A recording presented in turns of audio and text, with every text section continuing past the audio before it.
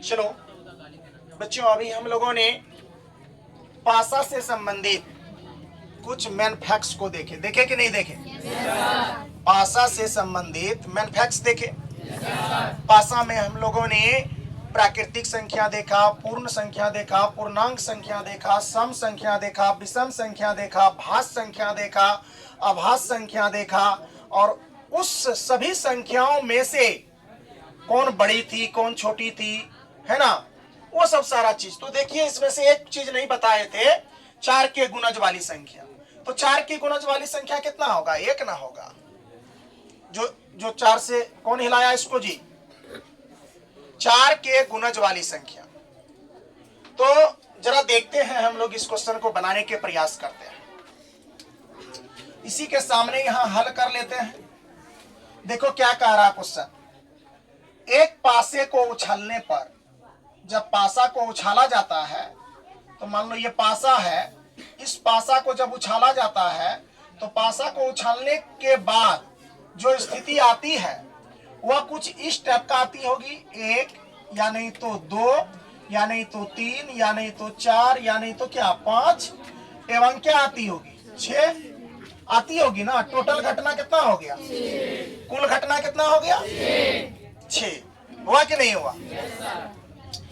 तो जरा इसका हल हम लोग कर लेते हैं। ध्यान से देखो, ये सभी का हल कर लेते हैं हम लोग। तो हल करने के लिए पहले बात देखो यहां पर इस क्वेश्चन का हल, कि देखो बच्चों, ये 2 से बड़ी कोई संख्या, सबसे पहली बात की कुल घटना लिख लो। कुल घटना क्या है बेटा? कुल घटना। कुल घटना कितना है? 6, है ना। घटना की संख्या बट्टे कुल घटना होता है, सूत्र लिखा है ना। अब आप चलो इसको सॉल्व करते हैं। आई नंबर का क्वेश्चन कह रहा 2 से बड़ी कोई संख्या, 2 से बड़ी कोई संख्या। तो जरा ध्यान से देखो इसकी क्या प्रोबेबिलिटी होगी। 2 से बड़ी प्रियकता, 2 से बड़ी संख्या की प्रियकता क्या होगी? 2 से बड़ी कोई संख्या। तो जरा देखो, तो 2 से बड़ी, यहां 2 है, देखो टोटल संख्या कितना है? 1 2 3 4। टोटल संख्या कितना है? 4। क्या यहाँ 4/6 लिख सकते हैं? देखो कटाओ, 2 दूनी 4, 2 तिया 6, 2/3 आ गया। यानी कि 2 से बड़ी कोई संख्या, इसकी प्रयकता कितना आ गया? 2/3। 2 कितना आ गया बेटा? 3। अब डबल आई में देखो बच्चों, यहाँ पर डबल आई में ध्यान से देखो क्या कर रहा है। 6 से छोटी संख्या, कितना से छोटी संख्या? ध्यान से देखो यहाँ, तो यहाँ फिर प्रोबेबिलिटी लिख लेंगे, प्रयकता लिख लेंगे। 6 से छोटी संख्या, यहाँ 6 है ना, तो 6 को ढक देंगे इधर, बाद बाकी छोटी हो जाएगा। 6 से छोटी क्या होगा? 5 4 3 2 1। टोटल संख्या कितना? 5। 6 से छोटी संख्या कितना? 5 होगा। समझ रहे हो क्या? तो यहाँ लिखेंगे 6 से छोटी, है ना, संख्या की प्रोबेबिलिटी है कि नहीं है?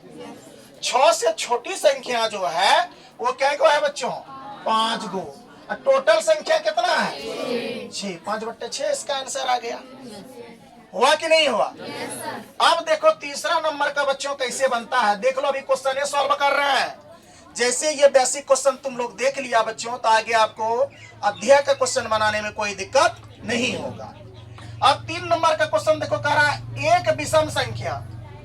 एक विषम संख्या, तो विषम संख्या कितना था? अभी देखे थे विषम संख्या टोटल कितना था? यहाँ इन्हें समझ जाना, एक विषम संख्या मतलब एक को विषम संख्या।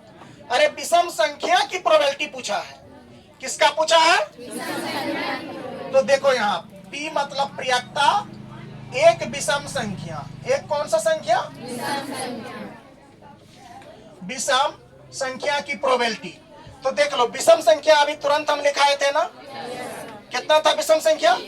चलो वहां नहीं पता है तो यहाँ देख लो, 1 3 5, 1 2 3 आ गया। 3 बट्टे कितना आ गया? 6। यस या नो? देखो बेटा 3 एक कम 3, 3 दूनी कितना 6, 1/2 इसका आंसर आ जाएगा।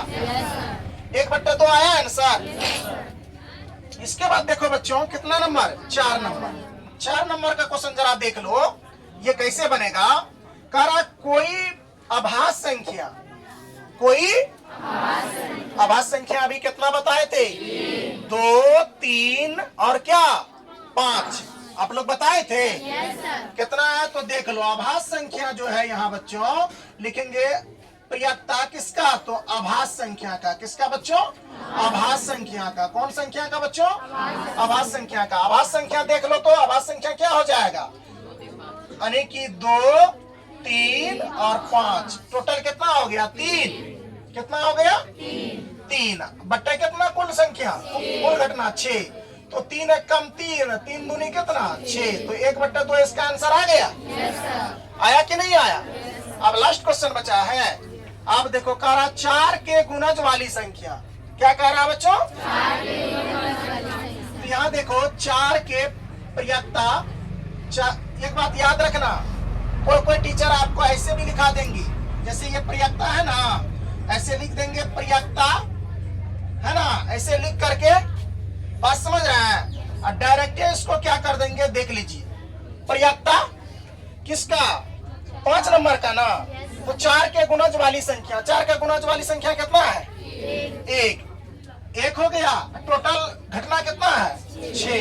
कोई इस टाइप का भी आंसर दे देता है, इससे घबराने की बात नहीं है। आप सूत्र पर भी बैठा कर सकते हैं, ऐसे भी कर सकते हैं, कोई दिक्कत इसको समझने में। क्या बच्चों इससे संबंधित हम लोग प्रश्न सीख गए। चलिए आप आगे की टॉपिक देखते हैं। पहले यहाँ तक आप उतारिए, ये आपका आंसर हो गया, उतारिए।